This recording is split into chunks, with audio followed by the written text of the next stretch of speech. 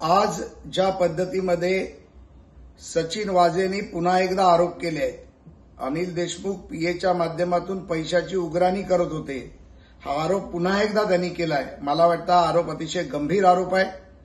ज्या वेळेला माननीय देवेंद्र फडणवीस विरोधी पक्षनेते होते त्यावेळेला त्यांनी जो पेनड्राईव्ह बॉम्ब टाकला होता, त्यामध्ये जे आरोप केले होते त्या आरोपाचा पुनरुच्चार आज पुन्हा एकदा सचिन वाझेंनी केलाय।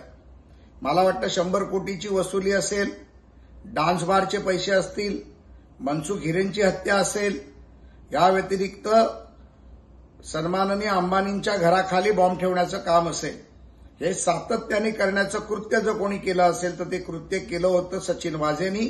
आणि सचिन वाझेला जर आशीर्वाद होता तर तो अनिल देशमुखाचा आणि तेव्हाच्या तत्कालीन मुख्यमंत्री उद्धव ठाकरेंचा।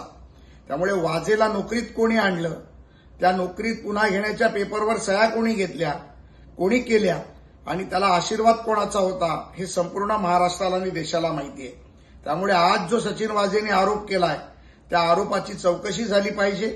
पुन्हा एकदा न्यायालयाला विनंती करून एसआयटी नेमून सचिन वाझेची पुन्हा एकदा चौकशी केली गेली पाहिजे, त्याचं सत्यता इन कॅमेरा रेकॉर्ड केली पाहिजे आणि यामध्ये वेळ प्रसंगी अनिल देशमुखांचा बेल कॅन्सल करून अनिल देशमुखांनी ज्या पद्धतीमध्ये परसेप्शन क्रिएट करून माननीय देवेंद्रजींवरती आरोप करण्याचा प्रयत्न केला त्यांची देखील चौकशी झाली पाहिजे आणि त्या चौकशी अंती तेव्हाच्या मुख्यमंत्र्यांचा आणि कोणत्या कोणत्या मंत्र्यांचा संबंध होता हा देखील पाहिला पाहिजे।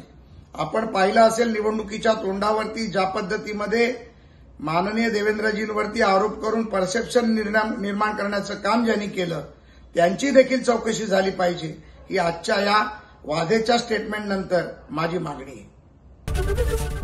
एबीपी माझा, उघडा डोळे बघा नीट।